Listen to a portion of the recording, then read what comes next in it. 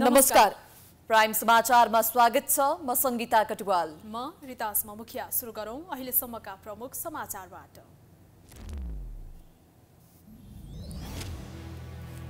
ललिता निवास जग्गा प्रकरणमा शक्तिको प्रभाव। पूर्व प्रधानमन्त्री द्वयमाथि छानबिन गर्न सर्वोच्चले दिएको आदेश विपरीत सीआईबी बयान समेत नलिई प्रतिवेदन तयार पार्दै।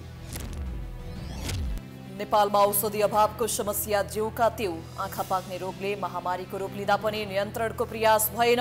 मलम र औषधि नपाएर बिरामी छटपटिँदै। गत आर्थिक वर्षको विवरण सार्वजनिक। महँगी नियन्त्रणमा सरकार असफल हुँदा 8% मूल्य वृद्धि। विदेशी मुद्रा सञ्चितमा सुधार। सरकारी खातामा 72 अर्ब मात्रै।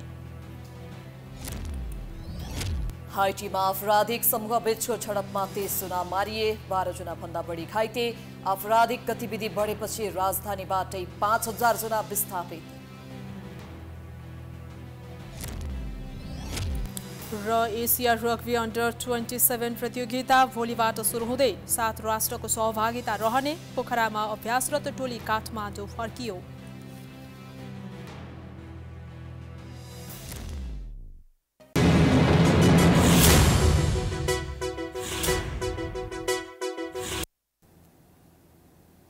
प्राइम समाचार अब विस्तारमा। सत्ता र शक्तिको आडमा नेपालमा जे पनि हुन सक्छ भन्ने अर्को उदाहरण छर्लङ्ग भएको छ। प्रसङ्ग हो बालुवाटार स्थित ललिता निवासभित्रको सरकारी जग्गा हिनामिना प्रकरण। यस प्रकरणमा मुछिएका पूर्व प्रधानमन्त्री द्वय माधव कुमार नेपाल र डाक्टर बाबुराम भट्टराईमाथि पनि छानबिन गर्न सर्वोच्च अदालतले नै आदेश दिएको थियो। तर प्रहरीको केन्द्रीय अनुसन्धान ब्युरोले उनीहरूसँग सामान्य बयान समेत नलिई प्रतिवेदन बुझाउने तयारी गरेको छ। बालुवाटार स्थित ललिता निवासभित्रको सरकारी जग्गा हिनामिना प्रकरणमा प्रहरीको केन्द्रीय अनुसन्धान ब्युरोले अनुसन्धान प्रतिवेदन बुझाउने अन्तिम तयारी गरेको छ। तर मुद्दा बुझाउनु अघि प्रहरीले पूर्व प्रधानमन्त्रीहरू माधव कुमार नेपाल र बाबुराम भट्टराईको बयान नलिने भएको छ। सर्वोच्च अदालतले ललिता निवास प्रकरणमा मन्त्री परिषदले गरेको निर्णयमा संलग्नहरूलाई पनि अनुसन्धानको दायरामा ल्याउन आदेश गरेको थियो। आदेश गरेपछि पूर्व प्रधानमन्त्री भट्टराई र नेपालमाथि पनि अनुसन्धान गर्ने बाटो खुलेको थियो। माधव कुमार नेपाल प्रधानमन्त्री हुँदा 2066 चैत 29 गते ललिता निवासको जग्गा 14 रोपनी 10 आना 3 पैसा 2 दाममा प्रधानमन्त्री, प्रधान न्यायाधीश लगायतका विशिष्ट व्यक्तिको निवास विस्तार गर्ने निर्णय गरिएको थियो। यस्तै तत्कालीन प्रधानमन्त्री डाक्टर बाबुराम भट्टराईको कार्यकालमा 2069 असोज 18 गते पशुपति टिकिन्छ गुठीका नाममा जग्गा कायम गर्ने निर्णय भएको थियो। ललिता निवासको 3 रोपनी 12 आनामा कतै अस्तित्वमा नदेखिएको टिकिन्छ गुठी कायम गरी अनधिकृत रूपमा मोही कायम गर्ने निर्णय भट्टराईको कार्यकालमा भएको आरोप छ। तर सीआईबीले 2 पूर्व प्रधानमन्त्रीसँग बयान समेत नलिई प्रतिवेदन बुझाउने भएको छ। सीआईबीको अनुसन्धानप्रति कानून मन्त्री धनराज गुरुङले समेत असन्तुष्टि व्यक्त गरेका छन्। जसले टिप्पणी उठाउँछ तिनका हातहरूमा हातकडी लगाउने र फेरि टिप्पणी उठाउन आदेश दिनेहरूलाई तिनै टिप्पणी उठाउनेहरूको हातमा हातकडी लगाउने हातहरूले फेरि आदेश दिनेहरूलाई सलाम ठोक्ने प्रवृत्तिको अन्त खोज्नु पर्दछ भन्ने मलाई लाग्छ।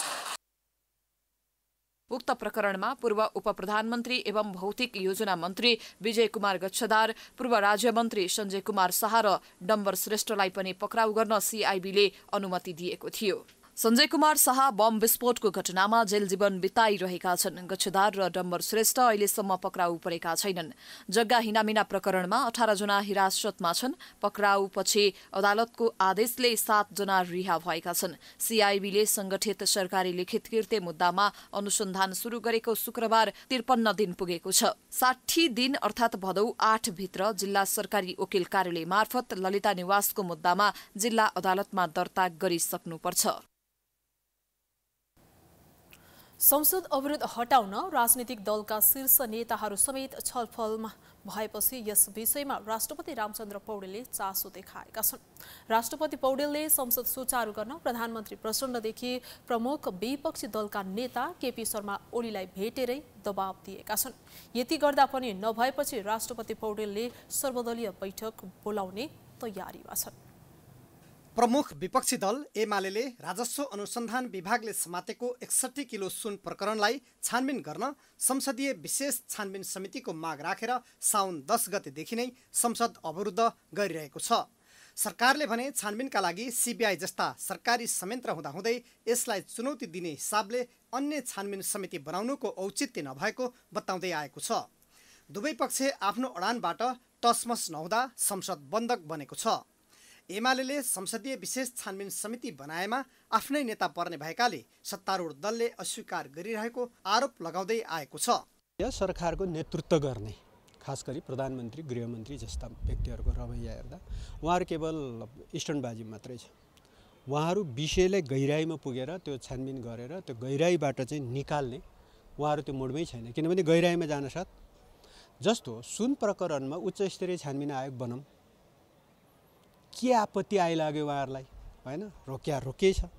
त्यत्रो दिनदेखि पार्लियामेन्टमा हामी त्यो आवाज उठाएछौँ, तर उहाँहरूलाई त्यो सुनेकै डर लाग्छ उहाँहरूलाई। किनभने उच्च स्तरीय छानबिन समिति आयोग बनायो भने भोलि उहाँहरूकै कोही मान्छेहरू, कोही मन्त्रीहरू, कोही नेताहरू पर्ने उहाँहरूलाई देखिसक्यो नि त उहाँहरूले। एमाले सुन प्रकरणलाई मात्र छानबिन गर्न संसदीय विशेष छानबिन समितिको माग गरिरहेपछि सत्तारूढ दलले भने एमाले अध्यक्ष ओली प्रधानमन्त्री भएको बेला भएका ओम्नी काण्ड, सेक्युरिटी प्रेस प्रिन्टिङ काण्ड, गोकर्ण रिसोर्ट प्रकरण लगायतलाई समेत छानबिन गर्ने गरी प्याकेजमै भ्रष्टाचारका खाता खोल्ने संसदीय छानबिन समिति बनाउनु पर्ने भन्न थालेको छ। ओम्नी काण्डदेखि लिएर यो गोकर्ण रिसोर्टको काण्डदेखि लिएर यो सेक्युरिटी प्रिन्टिङदेखि लिएर यो भेपमा सुन लुकाएर लिएर काण्डदेखि लिएर अहिलेको 100 काण्डदेखि लिएर वाइन बडीदेखि लिएर समग्र रूपले एउटा बनाऊ, स्पेसिफिक भएर नबनाऊ, त्यो पनि बनाउन सकिन्छ र सांसदलाई अवरोध गर्नु हुँदैन। यो अहिले मुलुकमा बाढी पहिरोले धनजनको क्षति भएको छ, लम्किनीले अरबौं सम्पत्ति कृषकहरूले चाहिँ गुमाइरहेको छ।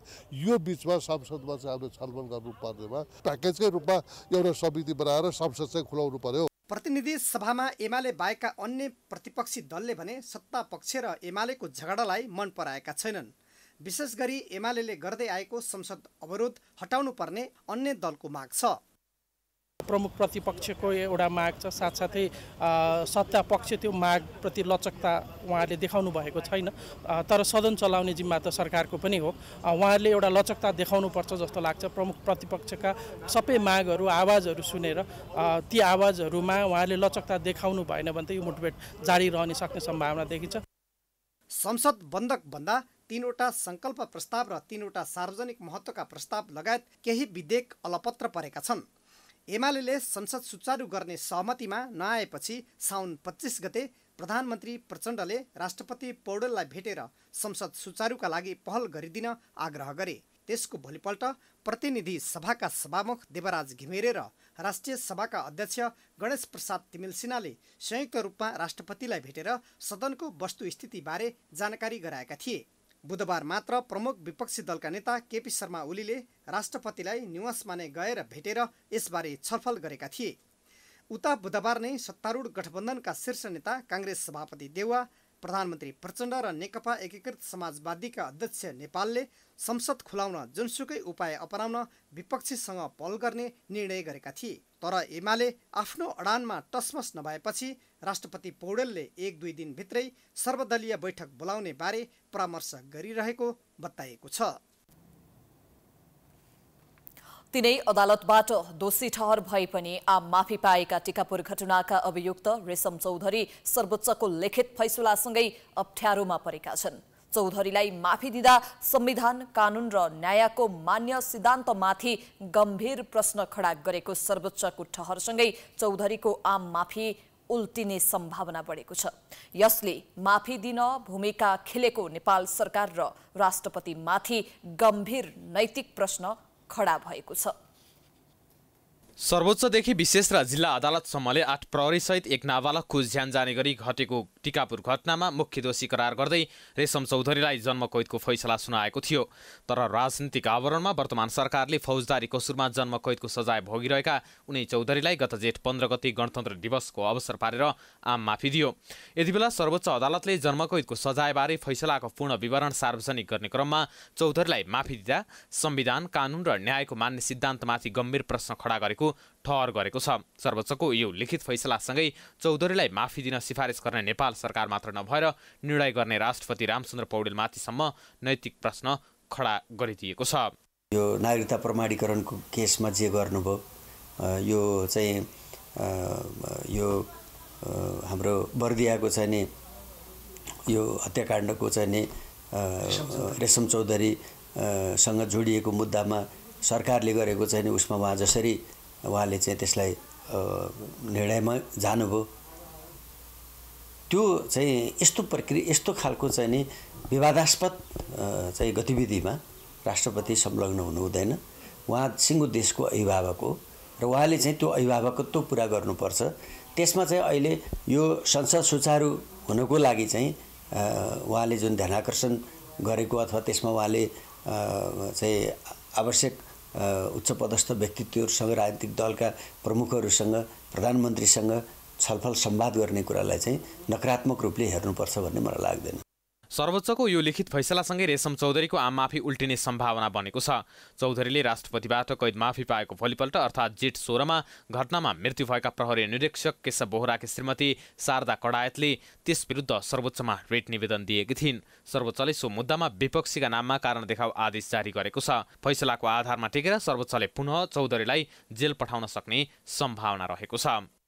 सरकारको माफी दिने निर्णय जुन छ र राष्ट्रपतिले कार्यान्वयन गर्ने जुन निर्णय गरेको छ त्यो निर्णयलाई अदालतले उल्टाइदियो भने उहाँको माफी त बदर हुने भयो। अनि बदर हुने भएपछि उहाँले फेरि जेल यात्रा गर्नुपर्ने अवस्था आउँछ। फौजदारी कानुन उल्लङ्घनको मुद्दामा जन्मकैद भोगिरहेका व्यक्तिलाई आम माफी दिने निर्णय गरेर सरकारले गम्भीर त्रुटि गरेकै थियो। तत्कालीन अवस्थामै सरकार र राष्ट्रपतिको यो निर्णयको चौतर्फी विरोध भएकै थियो। अब भने सरकारको यो गम्भीर त्रुटिलाई सर्वोच्चले नै सच्याउने संकेत गरेको छ। यसले सरकार र राष्ट्रपतिमाथि गम्भीर नैतिक सङ्कट खडा गरिदिएको छ। नैतिकता नै प्रदर्शन गर्ने हो भने उनीहरू पनि पदमा आसीन रहन नमिल्ने जानकारहरू बताउँछन्। कानुनी राज्यमा यस्ता क्रूर घटनाका दोषीलाई उन्मुक्ति दिन सरकार र जिम्मेवार निकायले नै भूमिका खेल्नु भने निन्दनीय मात्र होइन, खेदजनक नै छ।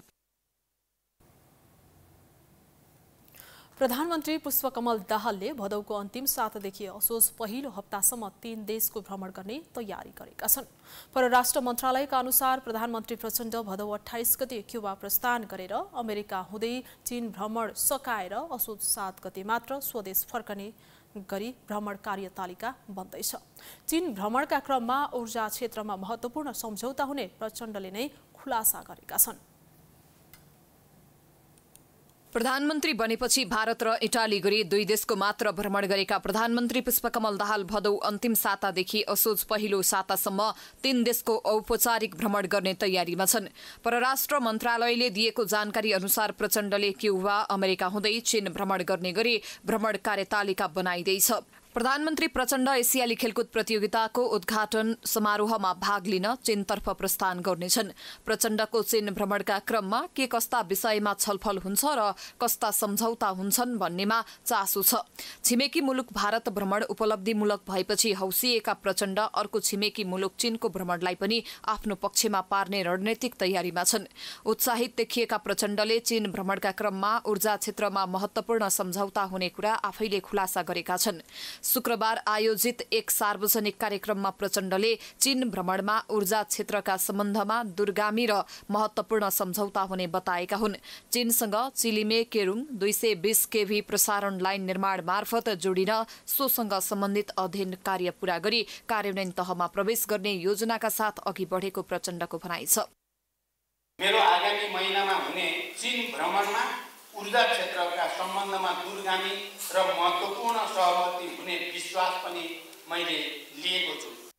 1 महिना अघिदेखि दुवै देशका परराष्ट्र मन्त्रालय र दूतावास भ्रमणमा उठाउने एजेन्डादेखि सम्भावित सम्झौताबारे गृह कार्य गरिरहेका छन्। यसकै सिलसिला स्वरूप चीनबाट उच्चस्तरीय नेपाल भ्रमण भइरहेका छन्। भ्रमणकै तयारी स्वरूप माओवादी केन्द्रका नेता अग्नि सापकोटाले गत असारमै चीन भ्रमण गरिसकेका छन् भने महासचिव देव गुरुङ चीन भ्रमणमै रहेका छन्।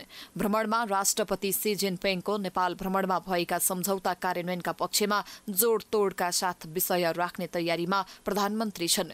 2 देशबीच पारवाहन बहुआयामिक सम्पर्क सञ्जाल विस्तार, ऊर्जा पूर्वाधार विकास, लगानी तथा उत्पादन उत्पादनको क्षेत्रमा नेपालमा लगानी बढाउने विषयमा भ्रमणमा ब्रेक थ्रू हुने प्रधानमन्त्रीको अपेक्षा रहँदै आएको छ। प्राइम समाचार अझै जारी छ, हामी विश्रामपछि आउँछौँ।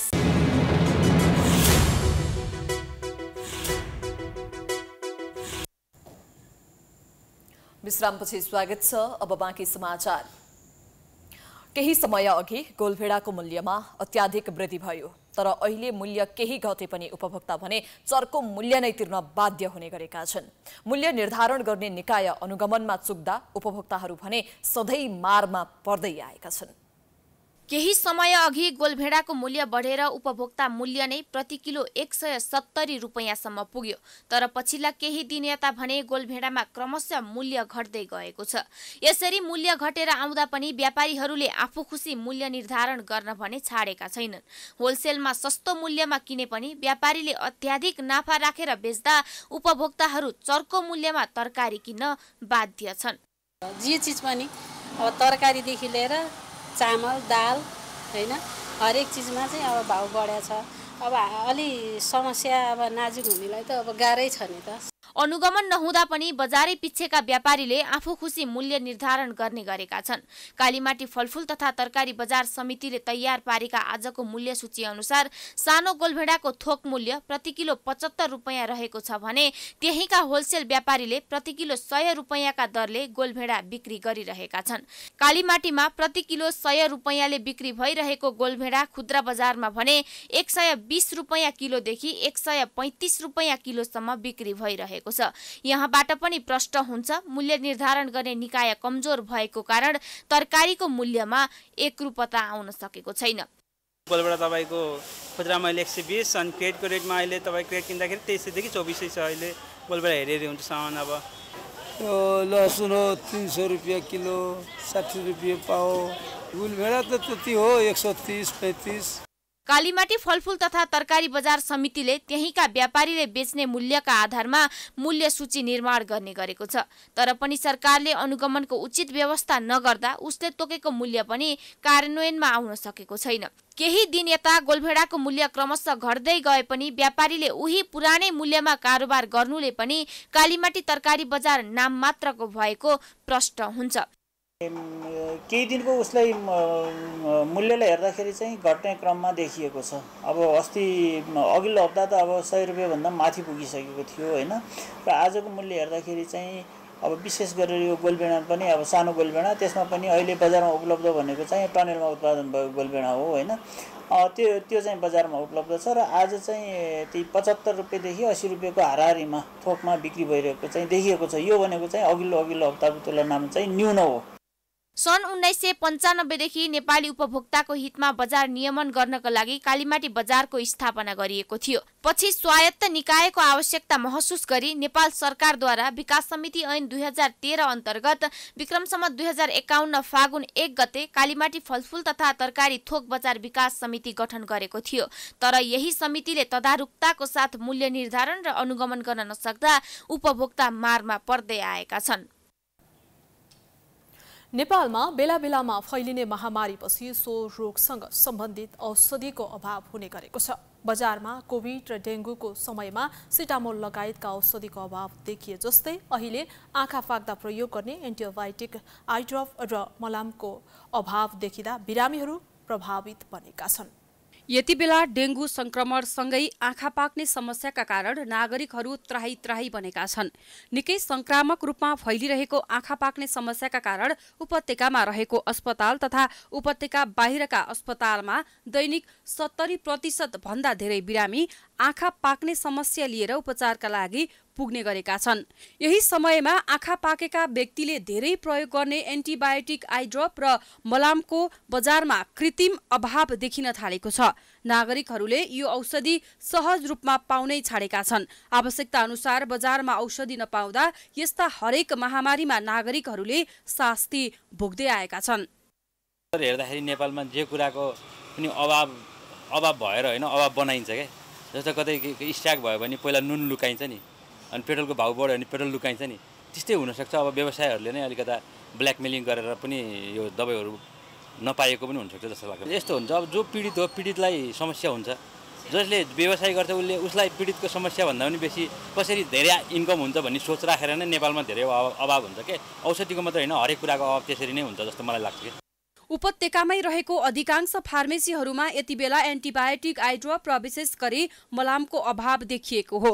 अस्पतालकै परिसरमा पनि औषधिको अभाव भएको व्यापारीहरू बताउँछन्। बजारमा सामान्य समयमा भन्दा आजभोलि यो औषधिको माग 50% बढेको छ। सीमित आयात भएको कारण औषधिको अभाव भएको हुन सक्ने व्यापारीहरू बताउँछन्। अहिलेसम्म एन्टिबायोटिक आइ ड्रप भन्दा पनि मलामको चरम अभाव भएको फार्मासिस्टहरूको भनाइ छ।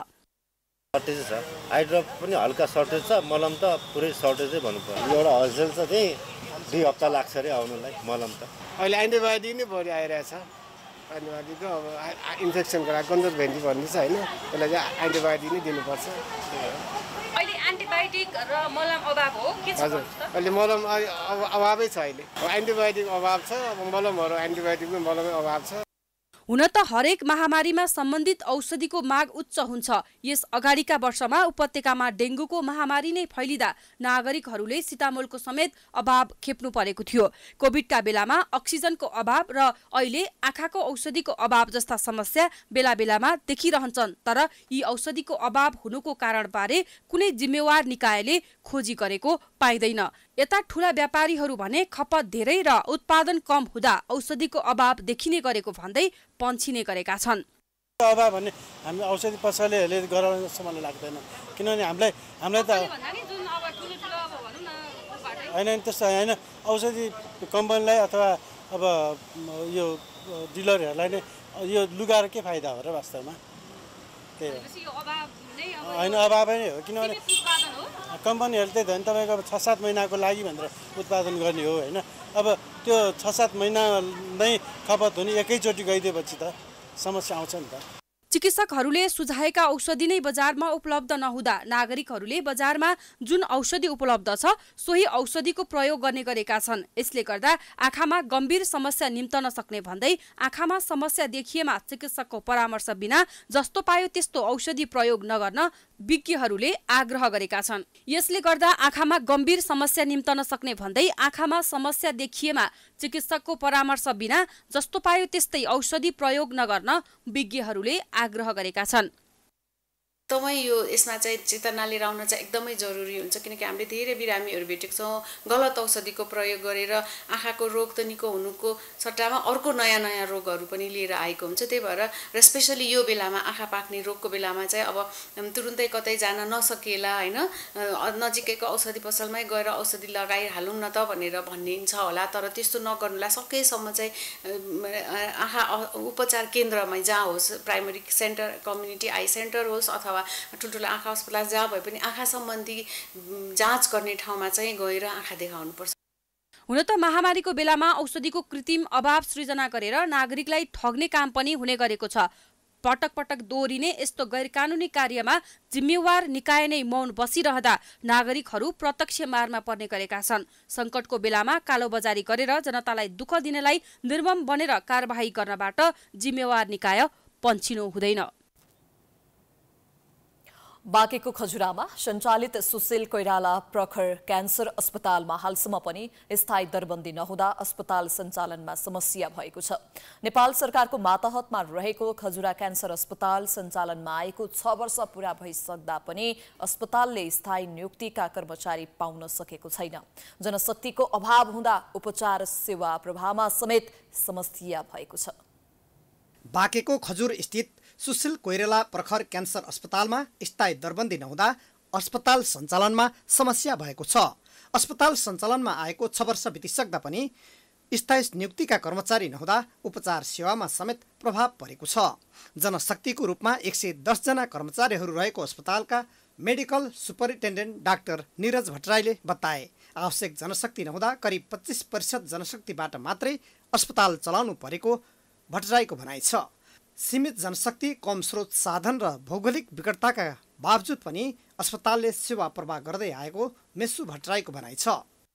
आवश्यक जनशक्तिको करिब 25% मात्रै जनशक्तिबाट हामीले यहाँ चाहिँ अस्पताल चलाइरहेको अवस्था छ र यो सीमित जनशक्ति, स्रोत साधन, एउटा चाहिँ भौगोलिक अप्ठ्यारोको बावजुद हामीले चाहिँ यहाँबाट यथासम्भव सेवा दिइरहेका छौँ र अब हामीसँग अत्याधुनिक आइसियु पनि छ, हेमाटो अन्कोलोजिकल वार्डहरू छ। यस्तोमा चाहिँ हाम्रो डेडिकेटेड स्टाफ्सहरू चाहिन्छ त्यसको लागि। 6 वर्ष बितिसक्दा समेत स्थायी दरबन्दी स्वीकृत नहुँदा अस्पताल सञ्चालनमा समेत समस्या भएको अस्पताल व्यवस्थापन समितिले जनाएको छ।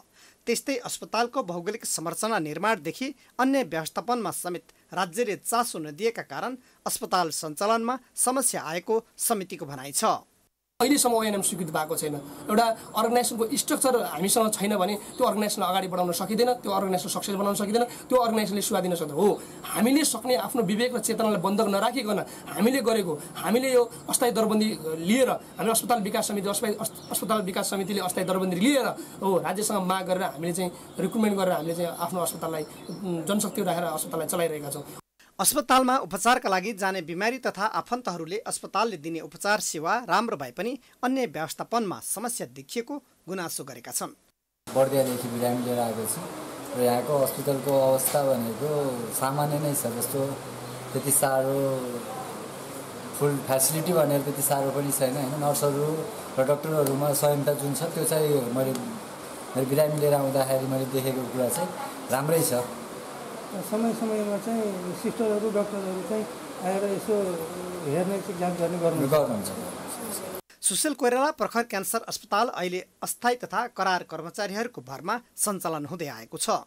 स्वास्थ्य जस्तो संवेदनशील क्षेत्रमा काम गर्ने कर्मचारीको दरबन्दी समेत स्थायी नहुँदा उपचार सेवामाथि समेत प्रश्न उठ्ने गरेको छ। प्राइम टेलिभिजनका लागि बाँकेबाट रविन्द्र घिमिरेको रिपोर्ट।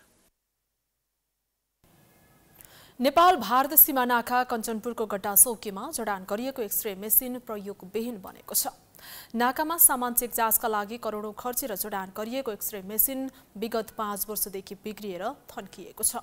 नाकामा रहेको एक्सरे मेसिन बिग्रदा सुरक्षा चुनौतीका साथै राजस्व चुहावट हुने खतरा समेत बढेको छ। कञ्चनपुरको नेपाल भारत सीमा नाका गड्डा चौकीमा जडान गरिएको एक्सरे मेसिन प्रयोगविहीन बनेको छ। 6 वर्ष अघि कञ्चनपुर भन्सार कार्यालयले भारतबाट नेपाल फर्किने व्यक्तिहरू बोकेको झोला तथा ल्याइएका सामग्रीहरू चेक जाँच गर्न भन्दै जडान गरेको उक्त मेसिन 5 वर्ष यता प्रयोगविहीन बनेको छ। पश्चिमी नाका गड्डा चौकी भन्सार कार्यालयको चेकपोस्टमा राखिएको एक्सरे मेसिन धुलाममै छ भने लामो समयदेखि मेसिन प्रयोगमा नआउँदा जीर्ण बन्दै गएको छ। 2074 सालमा 1 करोड रुपैयाँ भन्दा बढी खर्चेर उक्त एक्सरे मेसिन जडान गरिएको थियो। मेसिन जडानपछि भारतबाट घर फर्किने नेपाली कामदार र दैनिक सामग्री किनमेल गर्न सीमावर्ती भारतीय बजार जानेहरूको जाँचमा सहजताका लागि एक्सरे मेसिन जडान गरिएको कञ्चनपुर भन्सार कार्यालयले जनाएको छ। चेक गरेर छिटो सहित भन्ने उद्देश्यले त्यो मेसिन त्यहाँ आएको हो। म आएको पनि आज करिब 20 महिना हो। मैले आउने बित्तिकै भन्सार विभागका महानिर्देशक नारायण प्रसाद सापकोटाज्यूलाई यो कुरा भने मेसिन चाहिँ अहिले मर्मत नगरी चल्न नसक्ने अवस्था रहेछ, यसलाई मर्मत गर्नुपर्छ भनेर मैले उहाँलाई चाहिँ निवेदन गर्दाखेरि उहाँले म मान्छे पठाइन्छु भन्नुभयो। जडान गरेको करिब 1 वर्षसम्म मेसिन प्रयोगमा आएको थियो, तर मेसिन सञ्चालन गर्ने दक्ष जनशक्तिको अभावका कारण मेसिनको प्रयोग नियमित हुन सकेको छैन। लामो समयसम्म मेसिन प्रयोगमा नआउँदा मेसिनका पार्ट पुर्जा बिग्रदा मेसिन जीर्ण बनेको छ। मेसिन प्रयोग नहुँदा नाकामा दोहोरो सुरक्षा चेक जाँचका कारण सर्वसाधारणले शास्ति खेप्नु परेको छ। भन्सार कार्यालयले मेसिन मर्मतका लागि पटक पटक विभागका महानिर्देशकलाई जानकारी गराउँदा पनि विभागबाट मेसिनमा लाग्ने पार्ट पुर्जा उपलब्ध नगराउँदा मेसिन मर्मत हुन नसकेको कार्यालयले जनाएको छ। सरहरू आउँदाखेरि मैले सबै हिसाबलाई चाहिँ भन्ने गर्छु, यसको सप्लायर अथवा नेपालमा सजिलैसँग यसको मर्मत गर्ने म्यान पावर उपलब्ध नभएर हो कि अथवा काठमाडौँमा एउटै मात्रै भएर हो कि धेरै पटक भन्यो म पठाइन्छु भन्ने आश्वासन हुन्छ, तर आइरहेको छैन। यो आएदेखि नै तपाईँलाई भन्दा हामीलाई धेरै सजिलो हुन्थ्यो र यात्रुलाई र सेवाकारीलाई पनि सजिलो हुन्थ्यो भन्ने कुरामा दुई मत छैन। चाहिँ यसलाई बढी चासोको साथ यसलाई अझै विभागलाई म निवेदन गर्छु बनाउनको लागि।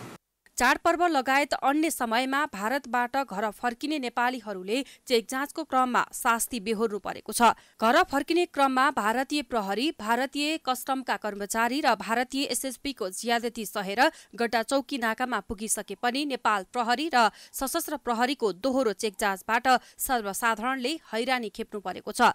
नाकामा सुरक्षा चेक जाँचमा सहजताका लागि भन्सार कार्यालयले यथाशीघ्र एक्सरे मेसिन मर्मत गरी सञ्चालनमा ल्याउन जरुरी छ। प्राइम टेलिभिजनका लागि कञ्चनपुरबाट दिल्लीराज पन्तको रिपोर्ट।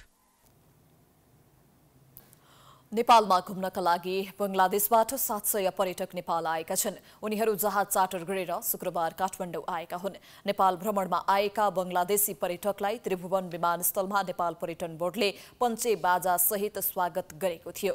नेपाल आउने बंगलादेशी पर्यटकलाई नेपालको सम्राट टुर एन्ड ट्राभल्स प्रालीले व्यवस्थापन गरेको छ। बंगलादेशको ढाकामा रहेको माउन्टेन क्लब मार्फत नेपाल आएका बंगलादेशी पर्यटकहरूले ऐतिहासिक सम्पदाको भ्रमण गर्ने तय भएको छ। बंगलादेशमा रहेको माउन्टेन क्लब टुर्स एन्ड ट्राभल्सका प्रमुख रेजाउल हकिम सान्तुले बंगलादेश प्राकृतिक रूपमा सुन्दर रहेकाले भ्रमणका लागि नेपाल आएको बताए। 4 रात 5 दिन नेपालमा बिताउँदा भक्तपुर, नगरकोट, धुलीखेल लगायतका पर्वतीय क्षेत्रमा जाने र सम्मेलनको समेत आयोजना गर्ने। We love Nepal. Nepal is naturally beautiful. We come to Nepal for many reasons. There are so many attractions what Nepal can offer for Bangladeshi people. Today it's a milestone, it's a record between Bangladesh and Nepal. 700 people we have come all the way from Bangladesh to enjoy all the attractions of Kathmandu and Nepal and many places. We are going to Bhaktapur, we are going to Nagarkot, Dhulikhel and Kathmandu, and there will be a big conference consisting of 700 people on 20th of August where all 700 people will get together and we will enjoy Nepal. नेपालबाट नजिक दूरीमा रहेको बंगलादेश पर्यटकीय सम्भावना बोकेको गन्तव्य मुलुक हो। ठूलो संख्यामा नेपाल भित्रिने बंगलादेशी पर्यटकको प्रचार प्रसारबाट थप पर्यटक आकर्षण गर्न मद्दत पुग्ने विश्वास पर्यटन बोर्डले लिएको छ। पर्यटन बोर्डका अनुसार सन् 2023 मा हालसम्म बंगलादेशबाट करिब 13,600 पर्यटक नेपाल आएका छन्। राष्ट्रिय सभा अन्तर्गतको दिगो विकास तथा सुशासन समितिले जलवायु परिवर्तनको असर कम गर्न आवश्यक नीति नियम तर्जुमा गरी प्रभावकारी रूपमा कार्यान्वयन गर्न सरकारलाई निर्देशन दिएको छ। सिंहदरबारमा शुक्रबार बसेको समिति बैठकले जलवायु परिवर्तन र यसले पुर्याएका असर र प्रभाव कम गर्न आवश्यक नीति नियम तर्जुमा गरी संघ, प्रदेश र स्थानीय तहको सहकार्यमा प्रभावकारी रूपमा कार्यान्वयन गर्न सरकारलाई निर्देशन दिएको हो। बैठकले वन संरक्षणमा भएका प्रगतिसँगै यसको सदुपयोग गर्दै कार्बन व्यापारबाट प्राप्त हुने सहयोगको सम्बन्धित क्षेत्रमा नै खर्च गर्ने व्यवस्था मिलाउन वन मन्त्रालयलाई निर्देशन दिएको छ। बैठकले विश्व जलवायु सम्मेलन COP 28 मा प्रभावकारी सहभागिताका लागि र नेपालका मुद्दाहरू जलवायु विश्वसामु उठाउन र आपसी सहयोग हुने गरी तयार गर्न मन्त्रालयलाई निर्देशन दिएको समिति सभापति प्रकाश पन्तले वन र ऊर्जाको अरू थुप्रै विकासीय मन्त्रालयहरूसितको थुप्रै कुराहरू छ। यी अन्तर मन्त्रालयलाई अझै समन्वय गर्ने कुरामा हामीले विशेष मन्त्रालयको तर्फबाट जोड बल होस्। हामी आवश्यकता परे भने सचिवज्यूहरूलाई, ती सम्बन्धित सचिवज्यूहरूलाई पनि यहीँ बोलाएर छलफल पनि गर्न सक्छौँ। मन्त्रीज्यू तयार हुनुभयो भने ती सम्बन्धित मन्त्रीज्यूहरूलाई पनि यहाँ बोलाएर छलफल गर्न पनि सकिन्छ। बैठकमा वन तथा वातावरण मन्त्री वीरेन्द्र प्रसाद महतोले नियम, कानुन र योजनाका अभावमा नेपालले जलवायु परिवर्तनका क्षेत्रमा प्रभावकारी काम गर्न नसकेको बताए। जलवायुका क्षेत्रमा अर्थ मन्त्रालय लगायत विदेशी निकायहरूबाट लिने सहयोगको अन्तर्वस्तु नमिलेका कारण खर्च गर्न नसकेको बताए। कि यस्तो क्लोजहरू राख्छ, हाम्रो किसिमको हाम्रो क्लाइमेट छुट्टै छ, हाम्रो समाज छुट्टै छ, हाम्रो खर्च गर्ने सिस्टम छुट्टै छ, हाम्रो वातावरण छुट्टै छ। तर के गर्छ भने त्यो चिजलाई मध्यनजर नराखिकन उनीहरूले आफ्नो के भन्छ नियम कानुन लगाएर हामीसँग एग्रिमेन्ट गरेको हुनाले हामीले पैसा खर्च गर्ने एउटा चाहिँ त्यहाँ ठुलो मैले देखेको छु। बैठकमा समिति सदस्यहरूले जलवायु परिवर्तनमा समयमा नै ध्यान दिन नसकेका कारण अहिले यसको असर देखिन थालेकाले गम्भीर हुनुपर्ने समय आएको धारणा राखेका थिए। प्राइम समाचार अझै जारी छ, हामी विश्रामपछि आउँछौँ।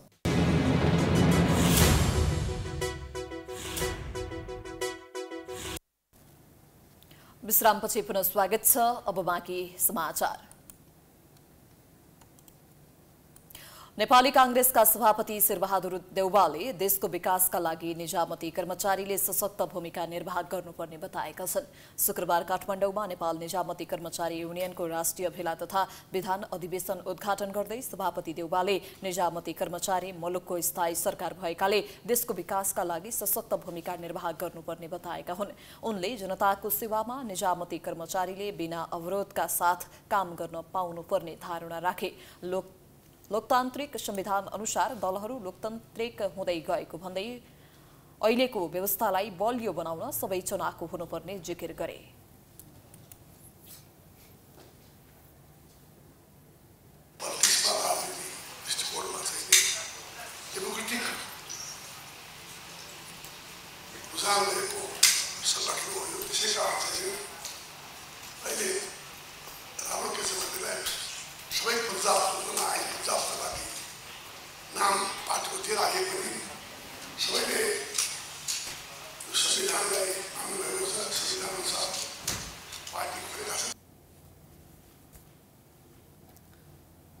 त्यस्तै उपप्रधान एवं रक्षा मन्त्री पूर्ण बहादुर खड्काले संघीय निजामती सेवा ऐनलाई छिट्टै सदनमा प्रस्तुत गर्ने बताए।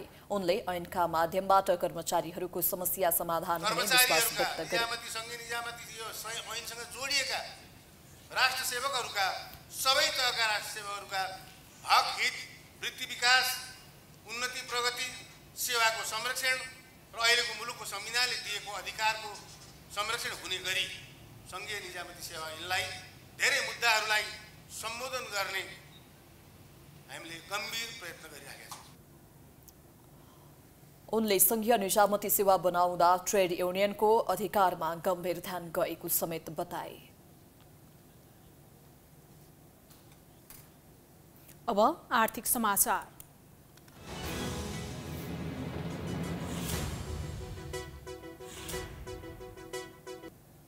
राष्ट्र बैंकले गत आर्थिक वर्ष 2079-80 को देशको वर्तमान आर्थिक अवस्थाको विवरण प्रकाशित गरेको छ। 12 महिनाको तथ्याङ्कका आधारमा महँगी बढेको छ भने रेमिट्यान्स वृद्धि भएको छ। विदेशी मुद्रा सञ्चित पनि अघिल्लो वर्षको तुलनामा बढेको छ। गत आर्थिक वर्ष 2079-80 मा कुल 12 खर्ब 20 अर्ब रुपियाँ रेमिट्यान्स भित्रिएको छ। नेपाल राष्ट्र बैंकले सार्वजनिक गरेको गत आर्थिक वर्षको वित्तीय प्रतिवेदन अनुसार रेमिट्यान्स आप्रवाह अघिल्लो आर्थिक वर्ष 2078-79 को तुलनामा 21.2% बढेको हो। तथ्याङ्क अनुसार असार मसान्तसम्म मुलुकको विदेशी मुद्रा सञ्चिति 11 अर्ब 74 करोड अमेरिकी डलर बराबर रहेको छ। डलरको आधारमा विदेशी मुद्रा सञ्चिति 2079 असारको तुलनामा 23.1% बढेको हो। नेपाली रुपियाँमा भने एक वर्षको अवधिमा विदेशी मुद्रा सञ्चिति 26.6% बढेको छ।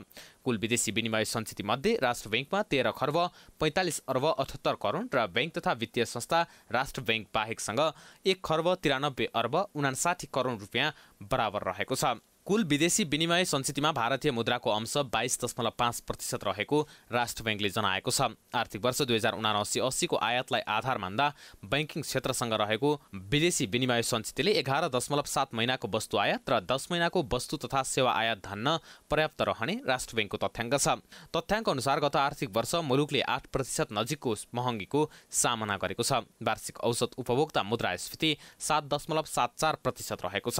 अघिल्लो आर्थिक वर्ष यस्तो मुद्रास्फीति 6.32% रहेको थियो। महँगी 7% मा सीमित राख्ने गरी बजेटले लिएको लक्ष्य असफल भएको छ। आर्थिक वर्ष 2079-80 मा चालु खाता 72 अर्ब 16 करोडले घाटामा रहेको छ। अघिल्लो वर्ष चालु खाता 6 खर्ब 23 अर्ब 38 करोडले घाटामा रहेको थियो। यस्तै सुधारान्तर स्थिति 2 खर्ब 90 अर्ब 52 करोडले बचतमा रहेको छ। अघिल्लो वर्ष सुधारान्तर स्थिति 2 खर्ब 55 अर्ब 26 करोडले घाटामा रहेको थियो। 2080 असार मसान्तमा मुलुकको वैदेशिक सम्पत्ति 16 खर्ब 54 अर्ब 50 करोड तथा दायित्व 17 खर्ब 29 अर्ब 39 करोड रहेको छ। फलस्वरूप खुद वैदेशिक सम्पत्ति र दायित्वको स्थिति 74 अर्ब 90 करोडले घाटामा रहेको छ।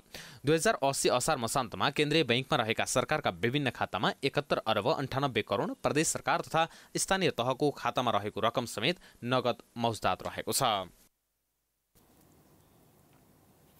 नेपाल विद्युत प्राधिकरणका कार्यकारी निर्देशक कुलमान घिसिङले प्राधिकरणले सेयर निष्कासन गर्ने तयारी गरेको जानकारी दिएका छन्। नेपाल विद्युत प्राधिकरणको 38औं वार्षिक उत्सव समारोहमा घिसिङले प्राथमिक सेयर निष्कासनबाट संकलन गरिएको रकम ठूला जलविद्युत आयोजनाको निर्माणमा लगानी गर्ने जानकारी दिएका हुन्। प्राधिकरणको सम्पूर्ण सम्पत्तिको वास्तविक मूल्याङ्कन गराइएको र क्रेडिट र रेटिङ गर्ने संस्था इक्रा नेपालले समग्र अवस्थाको अध्ययन गरी AA+ रेटिङ दिएको उनको भनाइ छ। उनले गुणस्तरीय र भरपर्दो विद्युत सेवा प्रवाहका लागि वितरण प्रसारण प्रणालीको निर्माण, सबस्टेशनको निर्माण तथा आधुनिकीकरणमा जोड दिएको बताए। प्राधिकरणको प्राथमिक सेयर सर्वसाधारणलाई निष्कासन गरी सङ्कलन गरिएको रकम मुख्य रूपमा ठूला जलविद्युत आयोजनाहरूको निर्माणमा लगानी गरिनेछ। प्राधिकरणको सम्पूर्ण सम्पत्तिको वास्तविक मूल्याङ्कन गराइएको छ भने क्रेडिट रेटिङ गर्ने संस्था इक्रा नेपालले प्राधिकरणको समग्र अवस्थाको अध्ययन गरी AA+ रेटिङ दिएको छ। संस्थाभित्रको आर्थिक पारदर्शिता, जवाबदेहिता र सुशासनलाई कडाइका साथ लागू गरिएको छ। त्यस्तै घिसिङले अहिले मुलुकभरका 98% जनतामा विद्युतको पहुँच पुगेको भन्दै आगामी 2 वर्षभित्रमा 100% जनतामा विद्युतको पहुँच पुर्याउने लक्ष्यका साथ अघि बढेको जानकारी दिए। विद्युत प्राधिकरणको संलग्नतामा आगामी दिनमा 1200 मेगावाट क्षमताको बुढी गण्डकी जलाशय तथा 10,800 मेगावाट क्षमताको बहुआयामिक कर्णाली चिसापानी जस्ता ठूला जलविद्युत आयोजनाहरूको निर्माण अघि बढाउने सोच र लक्ष्यका साथ सरकार अघि बढिरहेको छ। अब खेलकुद समाचार।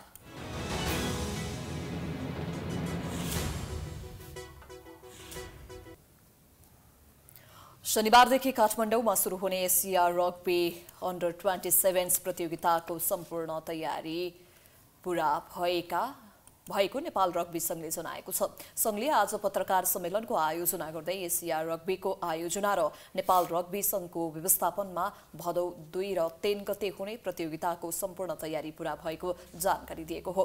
पत्रकार सम्मेलनमा नेपाल रग्बी संघका महासचिव गोविन्द घिमिरेले एसियन अन्डर 20 रग्बी 7 पुरुष प्रतियोगितामा एसियाका 7वटा देशहरू Bharat, Thailand, Chinese Taipei, Hong Kong, Uzbekistan र नेपालको सहभागिता रहने जानकारी दिए। महिला रग्बी 7 तर्फ भने नेपाल, थाइल्याण्ड, हङकङ र मलेसियाको सहभागिता रहने घिमिरेले जानकारी दिए। एसियाका 7वटा राष्ट्रहरू Bharat, Thailand, Malaysia, Chinese Taipei, Hong Kong, Uzbekistan र नेपालको सहभागिता रहेको छ, जसमा पुरुष रग्बी 7 तर्फ 7वटा राष्ट्र र महिला रग्बी 7 तर्फ 4वटा राष्ट्र थाइल्याण्ड, हङकङ, मलेसिया र नेपालको सहभागिता रहनेछ। यस प्रतियोगिताका लागि एसिया रग्बीका अध्यक्ष श्री कायस अब्दुल्ला मोहम्मद अल दलाईज्यू लगायत एसिया रग्बीका म्याचका अझै अफिसियलहरूको पनि नेपालमा आगमन भइसकेको छ। प्रतियोगितामा सहभागिता जनाउन नेपाली महिला तथा पुरुष राष्ट्रिय टोलीले पोखरामा 50 दिनको बन्द प्रशिक्षण सम्पन्न गरी काठमाडौँ आइसकेको छ। हामी प्राइम समाचारको अन्त्यमा आइपुगेका छौं। जाँदा जाँदै मुख्य समाचार पुनः एकपटक। ललिता निवास जग्गा प्रकरणमा शक्तिको प्रभाव, पूर्व प्रधानमन्त्री द्वयमाथि छानबिन गर्न सर्वोच्चले दिएको आदेश विपरीत CIB बयान समेत नली प्रतिवेदन तयार पार्दै। नेपालमा औषधि अभावको समस्या ज्यूका त्यों, आँखा पाक्ने रोगले महामारीको रूप लिँदा पनि नियन्त्रणको प्रयास भएन, मलम र औषधि नपाएर बिरामी छटपटिँदै। गत आर्थिक वर्षको विवरण सार्वजनिक, महँगी नियन्त्रणमा सरकार असफल हुँदा 8% मूल्य वृद्धि, विदेशी मुद्रा सञ्चितमा सुधार, सरकारी खातामा 72 अर्ब मात्रै। हाइटीमा आपराधिक समूह बीचको झडपमा 30 जना मारिए, 12 जना भन्दा बढी घाइते। आपराधिक गतिविधि बढेपछि राजधानीबाटै 5000 जना विस्थापित। र एसियन रग्बी अन्डर 27 प्रतियोगिता भोलिबाट सुरु हुँदै 7 राष्ट्रको सहभागिता रहने, पोखरामा अभ्यासरत टोली काठमाडौँ फर्कियो।